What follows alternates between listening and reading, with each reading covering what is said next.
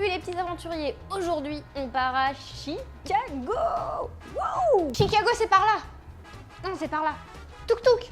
C'est où Chicago? C'est aux États-Unis, tu vois, c'est juste là.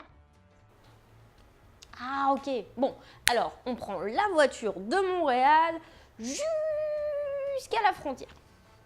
Oui, alors toi, si tu viens de France, il va falloir que tu prennes un avion parce qu'il faut que tu traverses l'Atlantique. Mais nous, on est déjà au Canada. Alors, on prend notre voiture et on y va. On roule jusqu'à la frontière. Alors, une frontière, c'est une ligne qui délimite deux pays. Une espèce de ligne imaginaire qui sépare ici le Canada et les États-Unis. Sauf que quand tu veux passer d'un côté à l'autre, il faut que tu passes une douane. La frontière, elle est délimitée par des barrières, par l'eau, par plein de choses. Alors, ici, eh bien, on est passé sous un tunnel d'une ville canadienne qui s'appelle Windsor. On a passé un tunnel et de l'autre côté du tunnel, on était aux États-Unis. Mais on est contrôlé par un agent.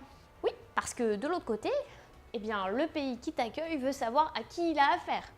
Et pour faire ça, il te faut un outil indispensable quand tu es un voyageur, c'est ton passeport. Pour les enfants, souvent, on est sur le passeport de nos parents. Pas d'inquiétude.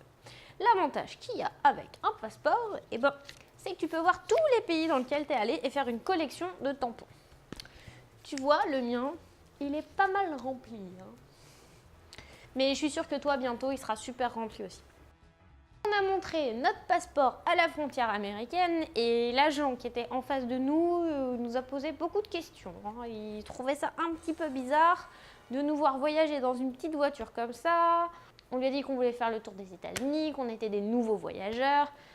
Je pense qu'il se demandait un petit peu ce qu'on fabriquait parce qu'on avait une relativement petite voiture par rapport à ce qu'ils voient quand les Américains voyagent ou les Canadiens. D'habitude, ils ont des gros camions ou des grosses caravanes, des fois c'est même des bus aménagés. Nous, on a Jeepette. Bon, Jeepette, elle est un petit peu petite. D'ailleurs, ça a fait rire pas mal d'Américains. Mais ils étaient impressionnés de voir qu'on pouvait rentrer dedans. Puis je pense que l'agent, il a trouvé ça un petit peu bizarre de voir un bonnet parler. Hey! Je veux pas te vexer, Tuk Tuk, mais c'est quand même pas commun. Après la frontière, on est arrivé? Ah non, la Tuk Tuk, va falloir qu'on roule encore un peu, encore quelques heures pour arriver jusqu'à Chicago. Et c'est reparti, on roule. Chicago, c'est au bord du lac Michigan. Et le lac Michigan, ça fait partie des grands lacs. Donc les grands lacs, comme leur nom l'indique, ce sont des lacs plutôt, vraiment, très grand. D'ailleurs, on peut même pas voir l'autre côté du lac tellement il est grand. En fait, certains grands lacs vont être plus grands que des pays. Waouh, plus grand que le Canada? Bon, pas plus grand que le Canada, mais par exemple, les grands lacs sont plus grands que la Belgique ou la Suisse. D'ailleurs, vu que Chicago est au bord d'un grand lac, il y a une trentaine de plages dans la ville de Chicago. Sauf que c'est des plages de lacs. Bon, bah moi j'aime baigner alors. D'ailleurs, tu sais comment on appelle cette ville, Chicago? Bien sûr, Windy City, la ville où il y a beaucoup de vent. Ouais, parce qu'effectivement, il y a beaucoup de vent. Bon, Tuk Tuk, toi qui es si malin, est-ce que tu peux me dire d'où vient le nom Chicago? Eh bien, ça viendrait du mot amérindien Chikawa ou Chicago, qui veut dire oignon sauvage. Ok, tu le sais, c'est bien. Bravo. T'es très cultivé. Tu fais ton grand malin, mais est-ce que tu sais quel est le nom de la tour qui a été la plus haute du monde pendant 25 ans à Chicago? Facile, c'est la Willis Tower et son architecte c'est Bruce Graham. D'ailleurs, elle a commencé à être construite en 1970 et a été finie en 1973. Ok, tu le sais. Moi, ce que je sais, c'est que ça fait 442 mètres de haut et qu'il y a 110 étages dans cette tour. Ok? On le dira pas à Clem, mais en fait, c'est 108 étages. Alors, qu'est-ce qu'elle fait là, cette ville Chicago? Pourquoi il y a une ville là?